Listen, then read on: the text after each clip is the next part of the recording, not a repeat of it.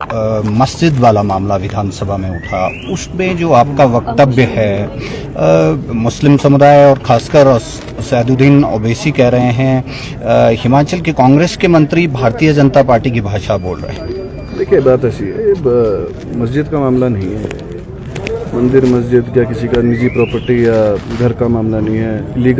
Legal और illegal की बात है। इलीगल इज इलीगल, चाहे वो मस्जिद हो चाहे वो मंदिर हो।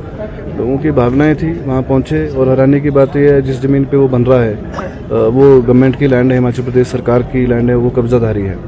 और 10 साल केस चलता रहा, 2010 से केस चल रहा है, 2024 आ गया है।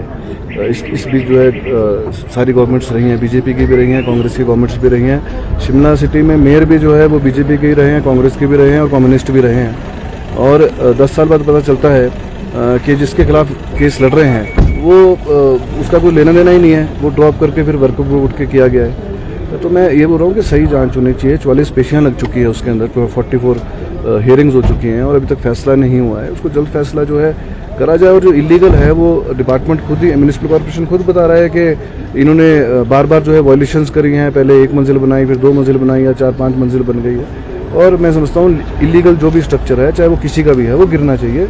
ये मैं इस पक्ष में हूँ। रही बात ओवैसी साहब की, मैंने देखा और देखिए, सही को सही और गलत को गलत तो बोलना चाहिए। बात यह है, ओवैसी जी की बात, उनकी अपनी सोच है। वो एक समुदाय के दम के ऊपर ही जो है अपना उनकी राजनीति जिंदा है। और सबसे पहले भाजपा की तो बी टीम है, वो सभी पूरे देश में जो है लोग जानते हैं। वो भाजपा की जो है बी टीम है पूरे हिंदुस्तान में। तो मुझे उस बारे में ज़्यादा कुछ कहना नहीं है। उनकी अपनी सोच है, वो अपने स्टेट संभालें तो बेहतर रहेगा। संघियों की भाषा बोल रहे हैं कांग्रेस पार्टी के नेता। बात ये बीजेपी या कांग्रेस या आरएसएस शिवसेना, बात इसकी नहीं है। ये तो बात इसकी नहीं है। ये गलत और सही की बात है, लीगल और इलीगल की बात है। कोई मुद्दा, कोई किसी राम मंदिर है, वो सबका मंदिर है। वो कोई भाजपा का या आरएसएस का मंदिर नहीं है, वो सबका मंदिर है।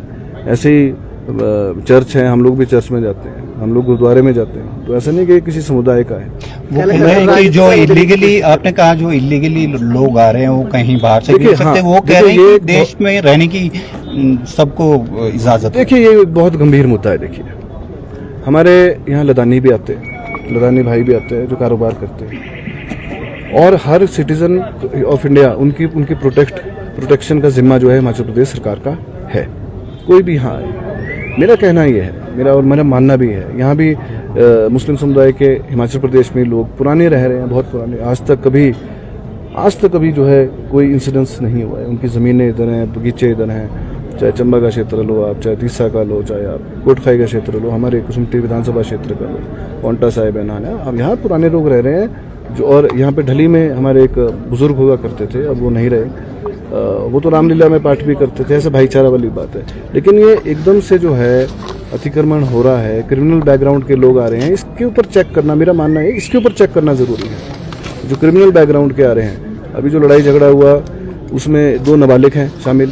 तो आप सोचो, आप ये सोचो, आपके और जो जितने भी उम्र है 20-20, 22 साल के बच्चे हैं, वो अगर वो हिंसा जो है अभी से कर रहे हैं तो उनका बैकग्राउंड क्या है, वो कहाँ से आए हैं, वो कौन से प्रदेश से आए हैं, उनका क्रिमिनल बैकग्राउंड चेक होना चाहिए। मैं ये मानता हूँ सबका, कोई भी आए, ये नहीं कि हिंदू मुस्लिम की बात नहीं, कोई भी बाहरी प्रदेश से अगर आए। बार बार सर्कुलेशंस जारी होती हैं डिपार्टमेंट्स, पुलिस डिपार्टमेंट और होम विभाग सबको करता है कि अगर घर में भी आप कोई हाउस हेल्प रखते हो उसकी वेरिफिकेशन आप कराओ। तो इसमें कौन सी गलत बात है? कोई आए, काम करे और उसकी वेरिफिकेशन करे, और वेरिफिकेशन की प्रक्रिया होनी चाहिए और उसके बाद वो जो मर्जी काम करे। हमारे को उसमें कोई ऑब्जेक्शन थोड़ी ना है। लेकिन उनका क्रिमिनल बैकग्राउंड क्या है, वो कहाँ से आ रहे हैं, क्या उनको कोई मर्डर करके आ रहे हैं, ये चेक हो। कोई वहाँ लड़ाई झगड़ा का उनका केस है, बिल्कुल। देखिए, ऐसा है कि इसमें कोई नकारा नहीं जा सकता है कि कोई अब आज बांग्लादेश से बहुत पलायन हो रहा है।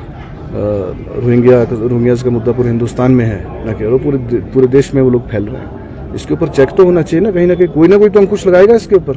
कि बोलना, अगर हम बोले तो भी वी आर एंटी कांग्रेस और वी आर एंटी सिटीजन, ऐसे थोड़ी ना है। अपने देश के लोगों के हितों की रक्षा करना, ये भी हमारा एक नैतिक जिम्मेवारी है। वो वैसे हिमाचल प्रदेश की राजनीति को समझते नहीं, अब सिर्फ अपनी राजनीति चमकाने के लिए शादी इस तरह की। ओवैसी साहब जो हैं सीनियर लीडर है, पर वो है कि वो एक ही समुदाय के जो है राजनीति करते हैं और उनके पास कोई इसके अलावा कोई मुद्दा ही नहीं है, ना डेवलपमेंट का मुद्दा है। मैं हैदराबाद भी जाके आया हूँ, उनके पास कोई मुद्दा नहीं है। सीनियर लीडर हैं, हम उनका सम्मान करते हैं, ऐसा भी नहीं है, हम उनका भी सम्मान करते हैं, लेकिन किसी बात को राजनीतिक रंग देना वो उचित बात नहीं है। सर आज प्रोटेस्ट भी है खत्म है।